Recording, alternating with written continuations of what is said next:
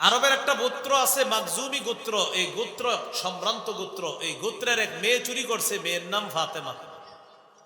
একটা মেয়ে চুরি করছে, মেয়ের নাম কি? আমাদের নবীজির মেয়ের নাম কি?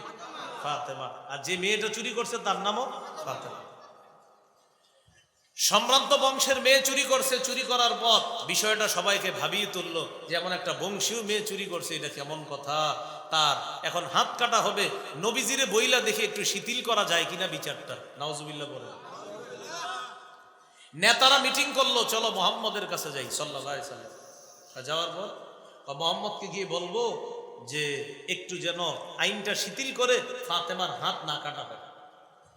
এই জন্য কি করা যায়? মোহাম্মদ সাল্লাল্লাহু আলাইহি সাল্লামের সাহাবীদের মধ্যে যারা মুরব্বী পর্যায়ের, তাদের সাথে বিষয়টা নিয়ে আগে কথা বলি, তাদের মাধ্যমে নবীর সাথে কথা বলা হবে। মুরব্বীদের কাছে এই বিচার আসছে। আসার পরে মুরব্বী সাহাবীরা বললেন, হ্যাঁ আমরা পারবো না নবীজির কাছে যাইতে।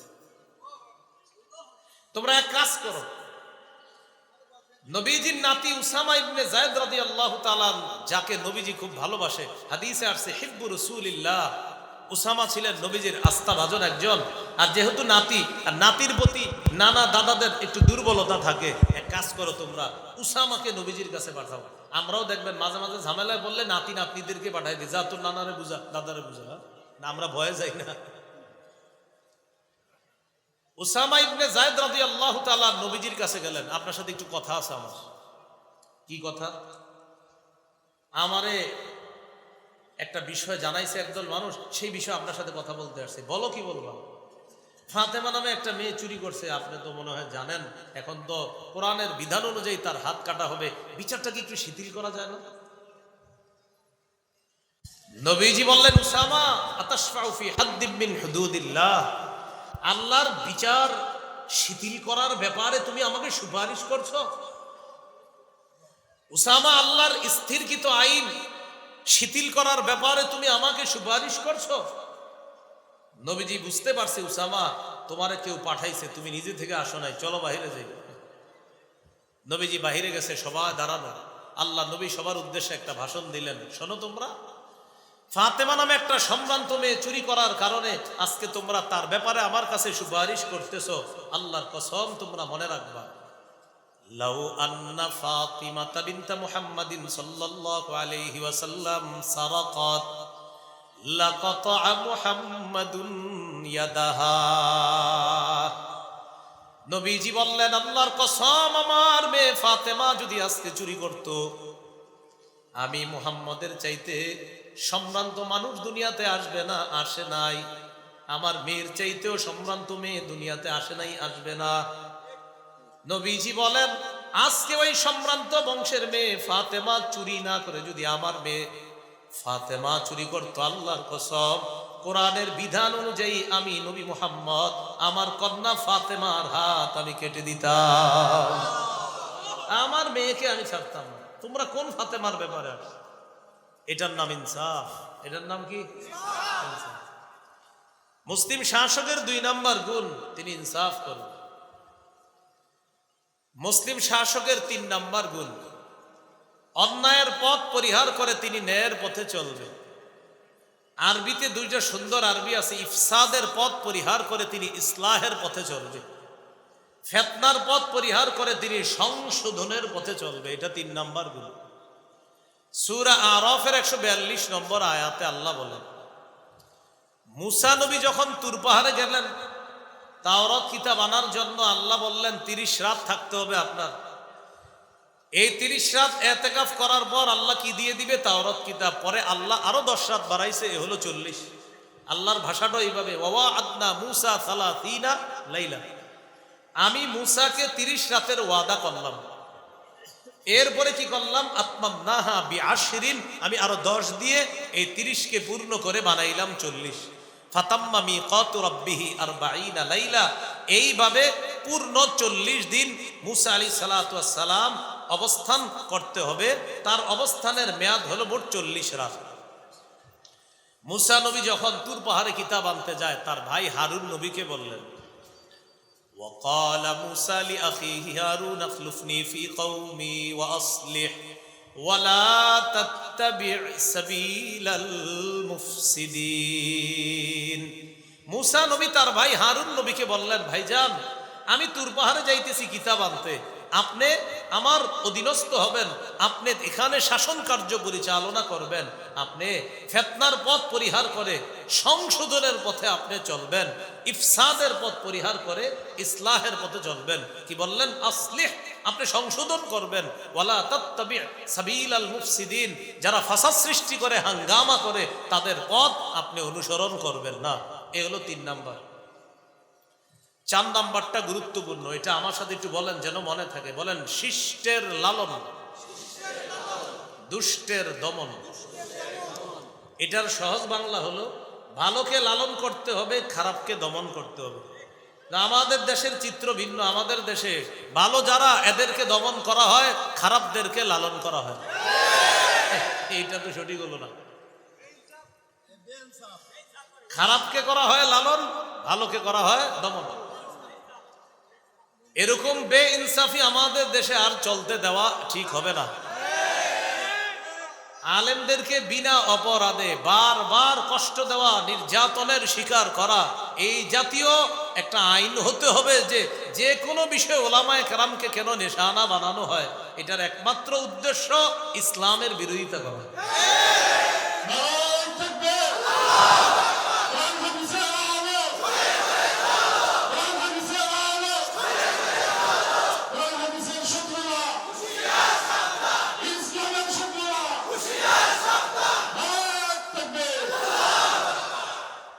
চার নাম্বার গুণ, শিষ্টের লালন, দুষ্টের দমন। দলিল সূরা কাহফের 83 থেকে 92 নম্বর আয়াত। লম্বা আয়াতের অনুবাদ আপনাদেরকে করে দিচ্ছি। এখানে জুলকরনাইন বাদশার 2টি সফর সম্পর্কে আল্লাহ আলোচনা করছে। যারা আপনারা কোরআন পড়াশোনা করেন মনে রাখার জন্য বলছি, জুলকরনাইন বাদশার ঐতিহাসিক 3টা সফর আছে। একটা সফর হয়েছে পৃথিবীর একদম পশ্চিমে, আরেকটা পৃথিবীর একদম পূর্বে। আরেকটা সফর কোন দিকে হয়েছে এটা কোরআনে নাই। একটা সফর পৃথিবীর পূর্ব প্রান্তে, এটা কোরআনে আছে। আরেকটা সফর পশ্চিম প্রান্তে, এটাও কোরআনে আছে। আরেকটা সফর কোরআনে আছে, কিন্তু কোন দিকে, দিকটা কোরআনে নাই। মুফাসসিরিনে কেরাম গবেষণা করে বলছে আরেকটা সফর হয়েছে তার উত্তর দিকে। তাহলে উত্তর দিকের বর্ণনাটা এটা আল্লাহ সরাসরি বলেন নাই, এটা মুফাসসিরিনে কেরাম গবেষণা করে বলছে। উত্তর দিকে, রাশিয়ার দিকে হয়েছে তার 3 নাম্বার সফরটা। বাকি আমরা 4 নাম্বার, যেটা শিষ্টের লালন, দুষ্টের দমন, এই দলিল নিব আমরা সূরা কাহফের 83 থেকে 92 নম্বর আয়াত। মানে 2টা সফর থেকে আমরা দলিল নিব। একটা হলো পৃথিবীর পূর্ব পাশের সফর, আর একটা পশ্চিম পাশের সফর। জুলকরনাইন বাদশার ব্যাপারে একটা কথা মনে রাখবেন। আল্লাহ তাআলা পবিত্র কোরআনের 16 নম্বর পারা 1 নম্বর পৃষ্ঠার শেষ, 2 নম্বর পৃষ্ঠার শুরু, 16 নম্বর পারার প্রথম পৃষ্ঠার শেষে আছে, দেখবেন ওয়াসআলুনাকা আন যিল করনাইন কুল সাআতলু আলাইকুম মিনহু যিকরা। বাস 1 নম্বর পৃষ্ঠা শেষ হয়ে গেছে। এরপরে 2 নম্বর পৃষ্ঠা, ইন্না মাক্কান্না লাহু ফিল আরদি ওয়া আতাইনাহু মিন কুল্লি শাইইন সাবাবা। জুলকরনাইন বাদশার যোগ্যতা হলো তিনি যেখানে যাইতেন তার যা যা প্রয়োজন হতো আল্লাহ তাআলা তাকে সেই প্রয়োজনীয় জিনিসটা ব্যবস্থা করে দিতেন। এটা তার একটা যোগ্যতা আল্লাহ দান করছে। বাদশা জুলকরনাইন সফর করতে করতে পৃথিবীর একদম পশ্চিম প্রান্তে চলে গেলেন, যেখানে সূর্য অস্ত যায়।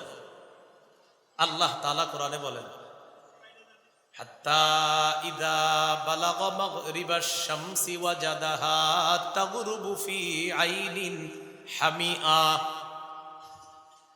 জুলকরনাইন বাদশা পৃথিবীর একদম পশ্চিম পাশে গিয়ে দেখলেন একটা কাদাযুক্ত জলাশয়ের মধ্যে যেন সূর্যটা ডুবে যাচ্ছে। আবার বলছি অনুবাদটা, ওয়াজাদাহা তাগরুবু, সূর্যটাকে পাইলেন, তাগরুবু, সূর্যটা ডুবে যাচ্ছে, ফি আইনিন হামিআতিন, কাদাযুক্ত জলাশয়ের মধ্যে যেন সূর্যটা ডুবে যাচ্ছে। তো ওই সূর্যটা যখন ডুবে যাচ্ছে, জুলকরনাইন বাদশা দেখলেন সেখানে একটা জাতি আছে, যেখানে সূর্য ডুবে এর এই পাশে একটা জাতি আছে। এই জাতি আল্লাহর সাথে শিরিক করে, বলি নাউজুবিল্লাহ। আল্লাহ তাআলা জুলকরনাইন বাদশাকে ওই মানুষগুলার উপরে নগদ ক্ষমতা প্রতিষ্ঠিত করলেন। এক তো জুলকরনাইন বাদশার ক্ষমতা ছিল সারা পৃথিবীতে, তো একটা হলো যেখানে যাইতেন সেখানে আল্লাহ তার ক্ষমতা প্রতিষ্ঠিত করে দিতেন, এটাও কোরআনে আসবে। বাকি কোরআনে আল্লাহ ডাইরেক্ট বলে দিছি ইন্না মাক্কান্না লাহু ফিল আরদ, পুরো পৃথিবীতে আমি যুলকারনাইনের ক্ষমতা প্রতিষ্ঠিত করেছি পৃথিবীতে। তো সেখানে গেলেন, যাওয়ার পর যুলকারনাইন বললেন আমি তোমাদের শাসক, আল্লাহর পক্ষ থেকে মনোনীত।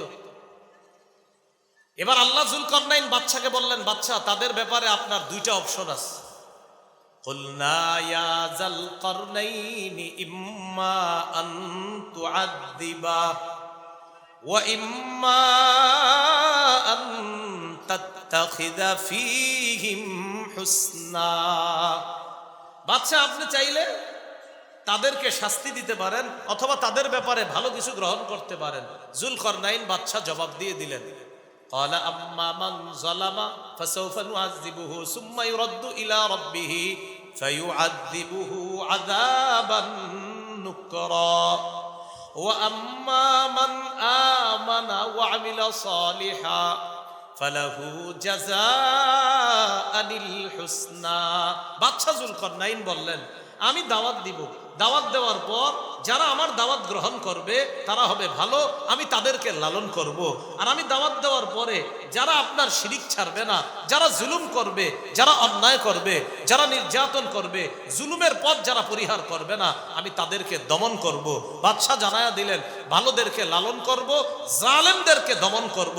এই জন্য মনে রাখবেন, ভালোকে লালন করা, জালেমকে দমন করা এটা ছিল উচিত, কিন্তু উল্টানোর জন্য না হয় যে জালেমকে লালন আর ভালোকে দমন।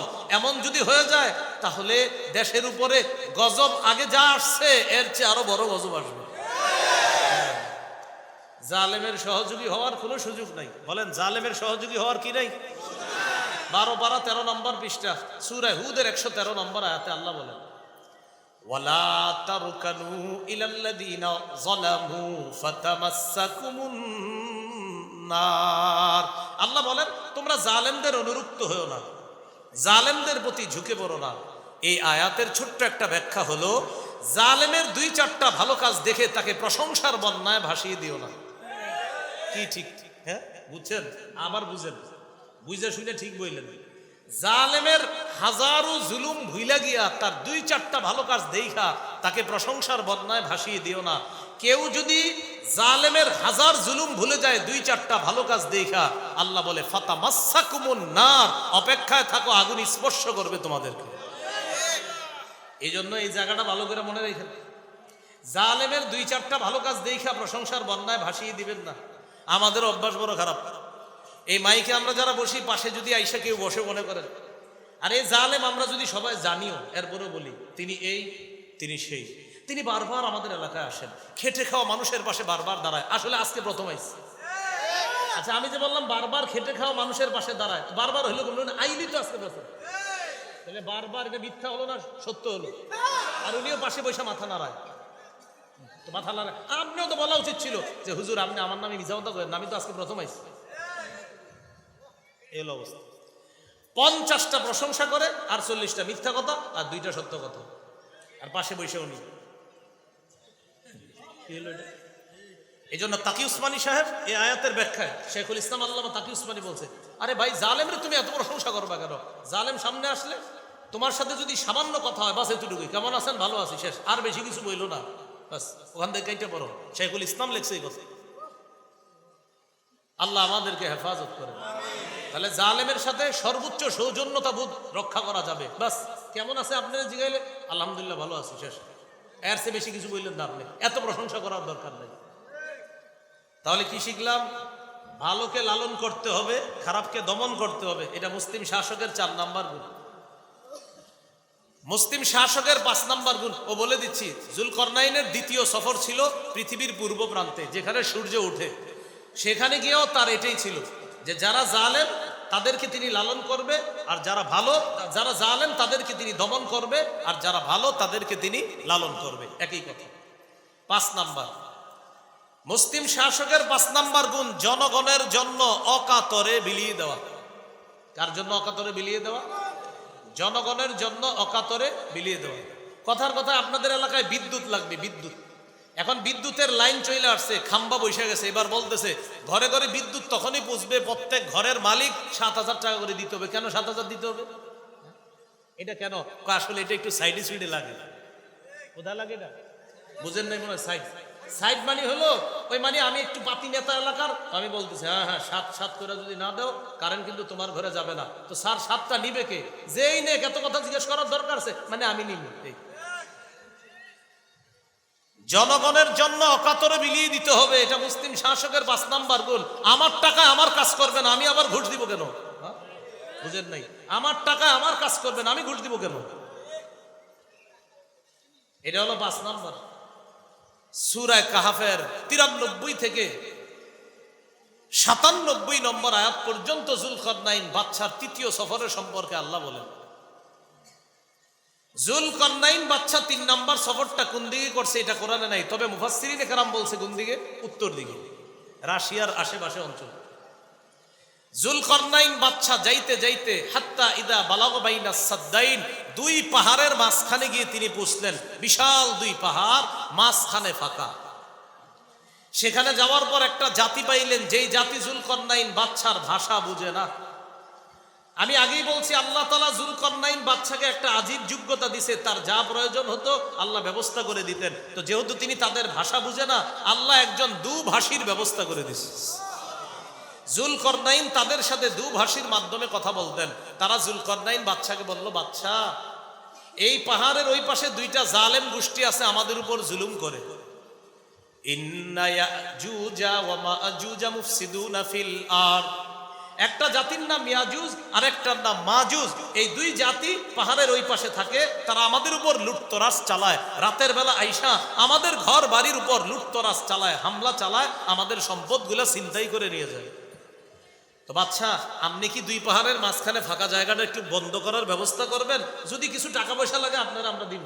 তারা বলতেছে ফাহাল নাজআলু লাকা খারজান আলা আন তাজআলা বাইনানা ওয়া বাইনাহুম সাদ্দা, এই যে আপনি আমাদের মাঝে আর তাদের মাঝে দেয়ালটা করে দিবেন, প্রয়োজনে যদি কিছু ট্যাক্স টুক্স দিতে হয় আমরা দিব, সমস্যা নাই, তাও আপনি কাজটা করে দেন। বাদশারে ঘুষের অফার করছে। বাদশা কি জবাব দিলেন দেখেন, ক্বালা মা মাক্কান্নী ফীহি রাব্বী খায়র, আরে তোমরা আমারে কি বলো টাকা দিবা? আল্লাহ আমারে যা দিছে অনেক উত্তম। সুবহানাল্লাহ। আমাকে যে ক্ষমতা আল্লাহ দান করেছেন, এই ক্ষমতায় আমি মানুষের জন্য দিব, এই ক্ষমতা আল্লাহ আমারে দিছে, আমি যেন জনগণের জন্য অকাতরে বিলিয়ে দেই।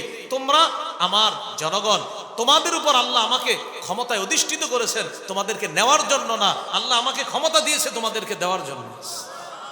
দেখছেন কারে কয় শাসক? একটু চিন্তা করেন তো, ওই শাসক আর এই শাসক। তবে তোমরা একটু কাজ করো, ফাআইনুনি বিকুওয়া, আমার একটু সহযোগিতা করতে পারবা শক্তি দিয়া? কি লাগবে বাদশা বলেন? ওই যে লোহার পাতগুলা, এই পাতগুলা একটু বহন করে আনবা। এটা কোনো ব্যাপার না, শক্তিশালী জাতি ছিল, লোহার পাত আনছে। আনার পর 2 পাহাড়ের মাঝখানে লোহার পাতগুলা রাখছে। রাখার পর কোরআনের ভাষা হাত্তা ইদা সাওয়া বাইনা সাদাফাইন, 2 পাহাড়ের মাঝামাঝি একদম চূড়া পর্যন্ত আপনার ওই পার্টিশন হয়ে গেছে। 2 পাহাড়ের সর্বোচ্চ উঁচা, এই পাশে একটা পাহাড়, এই পাশে একটা পাহাড়, মাঝখানে যে ফাঁকা জায়গাটা, এই পরিমাণ আপনার উঁচা পরিমাণ দেয়াল করলেন যুলকারনাইন। 2 পাহাড়ের একদম সর্বোচ্চ চূড়া পর্যন্ত লোহার পাতগুলা উনি খালি জায়গায় রেখে দিলেন। এবার একটু বুঝেন, লোহার পাত রাখছে তো ইয়াজুজ মাজুজ যে ভয়ঙ্কর জাতি, এটা ধাক্কা দিলে পড়ে যাবে। এখন কি করা দরকার? পার্টিশন দিতে হবে লোহার এই পাতগুলাকে। বাদশা যুলকারনাইন বললেন, এক কাজ করো, তোমরা আগুন জ্বালাও, উনফুখু, তোমরা বাতাস দাও, আগুনের মধ্যে বাতাসের ব্যবস্থা করো। এই আয়াতে গবেষণা করে বর্তমান কামার শিল্প, কামার, আরে কামার আছে না, কামার, ওই যে দা লোহা বানায়, এই দা লোহা বানায় কোরআনের এই আয়াতের উপর গবেষণা করে এই শিল্প আবিষ্কার। ফুকু, আগুনের মধ্যে বাতাসের ব্যবস্থা করো। বাতাস দেওয়া হলো, আগুন দাউ দাউ করে জ্বলতেছে। সেখানে উনি সীসা গলাইলেন, কোনো বর্ণনায় তামা অথবা অন্য কোনো মেডিসিন গলাইলেন। গলিয়ে ওই গলিত জিনিসটা লোহার পাতের উপরে ছেড়ে দিলেন, লোহার মজবুত একটা দেয়াল তৈরি করে দিলেন। বাদশা জুলকারনাইন বললেন, ইনশাআল্লাহ আর সমস্যা হবে না, তোমরা এখন নিরাপত্তা লাভ করেছো, ওরা তোমাদের উপর জুলুম করবে না। আর এই যে দেয়াল করে দিলাম, তোমরা আমারে সহযোগিতা করেছো, তোমরা কাজ করেছো, শুকরিয়া তোমাদের। বাকি আল্লাহ ক্ষমতা দেওয়ার কারণে সম্পূর্ণ বিনা খরচে তোমাদেরকে দেয়াল আমি করে দিলাম, কিছু লাগবে না। কি শিখলাম? জনগণের জন্য অকাতরে বিলিয়ে দেওয়া। 6 নম্বর গুণ মুসলিম শাসকের, এটা আমার সাথে একটু বলেন, বলেন জনগণের জন্য কিছু করতে পারলে সমস্ত ক্রেডিট আল্লাহকে দেওয়া। যে আমি আপনাদের জন্য কিছু করতে পারছি, আল্লাহ যোগ্যতা দিছে তাই করতে পারছি। সূরা কাহফের 98 নম্বর আয়াতে এটার দলিল। ওই বাদশা জুলকারনাইন কিছু করতে পাইরা বলতেছে, ক্বালা হাযা রাহমাতুম মির রাব্বি, শোনো আমার প্রশংসা করা দরকার নাই, আমি যে তোমাদের জন্য কিছু করতে পারছি এটা আমার রবের দয়া, রব দয়া করেছে তাই করতে পারছি। তবে ফাইদা জাআ ওয়া'দু রাব্বি জা'আলাহু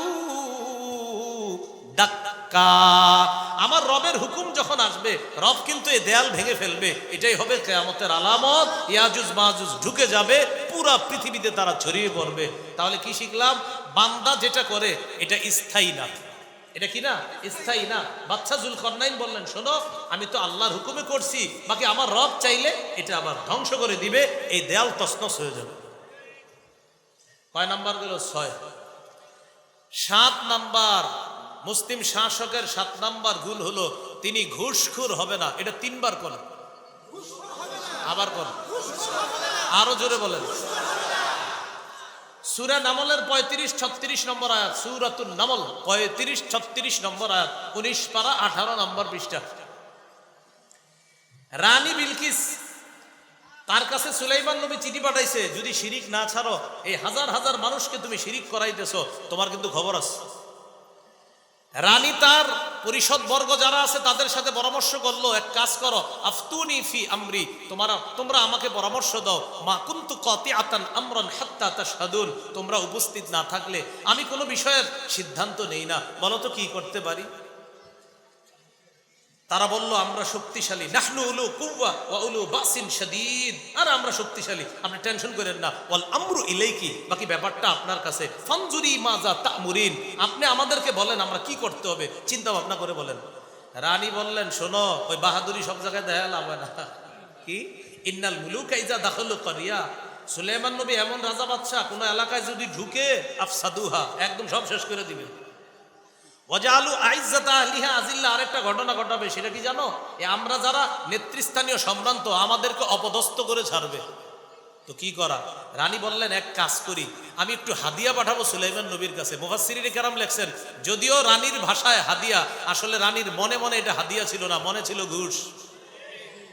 এজন্য আমাদের সমাজেও হাদিয়া আছে এইভাবে, স্যার এমনি বাসায় ফল টল নিয়ে যান, আর একটু খেয়াল রাখেন, আরে এটা কি দাও, না না আপনি বাসায় ওই বাচ্চাদের ফল নিয়ে, তো ঠিক আছে, তো এটা কি, এটা এমনি দিলাম আপনাকে, ফাইজলামি করে না, এমনি দিয়েছেন, তা আপনি এমনি দেন, তো আবার খেয়াল রাখতে কইছেন কেন? খেয়াল রাখেন, খেয়াল রাখবো কেন?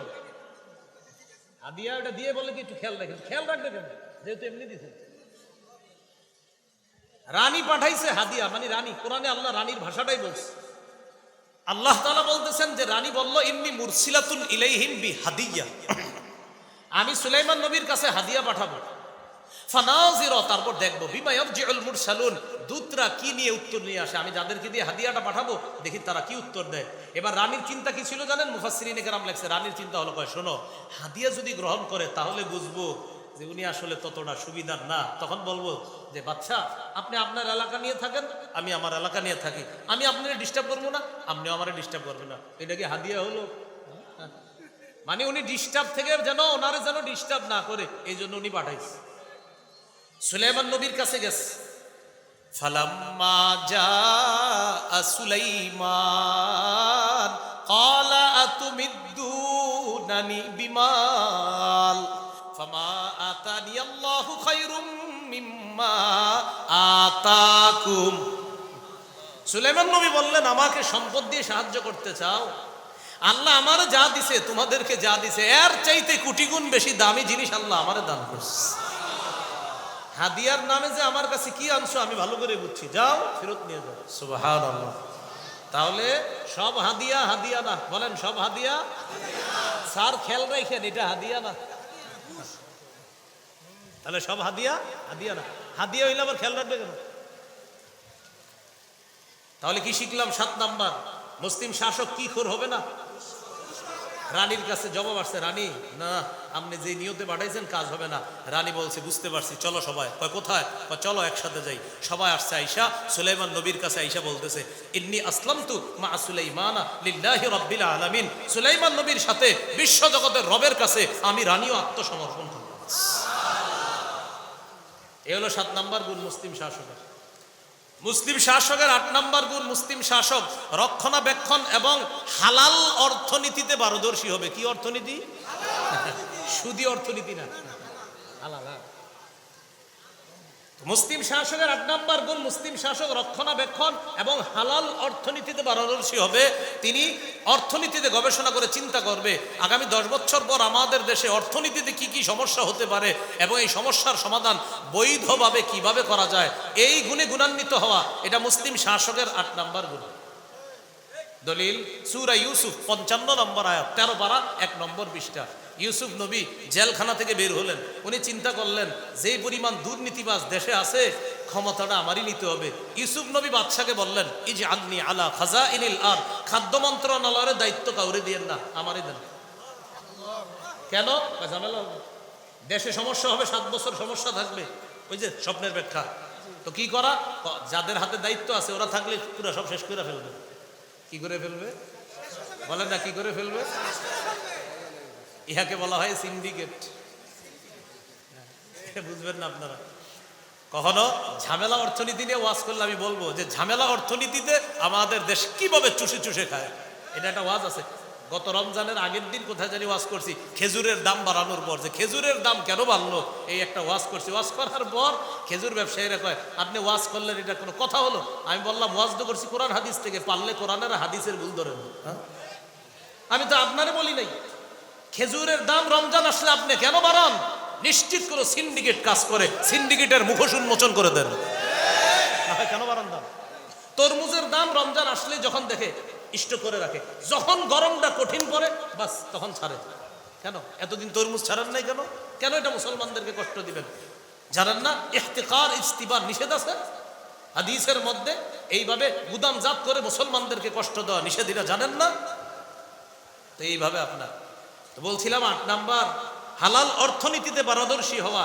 ইউসুফ নবী বললেন, ইজআলনি আলা খাজাইনিল আরদ, আমাকে খাদ্য মন্ত্রণালয়ের দায়িত্ব দেন, অর্থনীতির ব্যাপারে আমি ভালো বুঝি। পরে কি বলে দেখেন, ইন্নী হাফিজুন, আমি রক্ষণাবেক্ষণকারী, আলিমুন, আর এই বিদ্যায় আমি যথেষ্ট পারদর্শী। সুবহানাল্লাহ।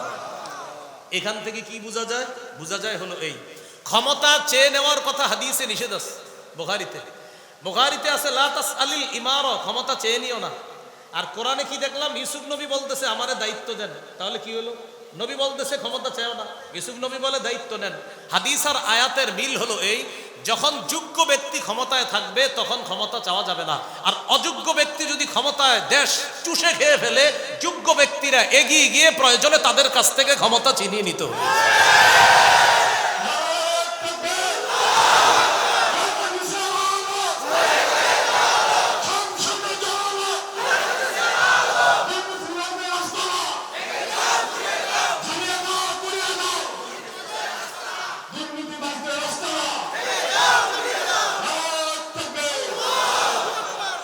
কথাটা বুঝে আসছে সবার? তাহলে ব্যাখ্যা কি? যোগ্য ব্যক্তি যদি ক্ষমতায় থাকে তখন দায়িত্ব চাওয়া যাবে না। তো অযোগ্য ব্যক্তিরা যদি দেশ চুষে নেয়, যোগ্য ব্যক্তিরা প্রয়োজনে ক্ষমতা চেয়ে নিতে হবে এবং মুসলমানদের সহ দেশের মানুষের অধিকার প্রতিষ্ঠিত করা তখন তাদের দায়িত্ব কর্তব্য হয়ে যায়, যেটা ইউসুফ নবী করেছেন।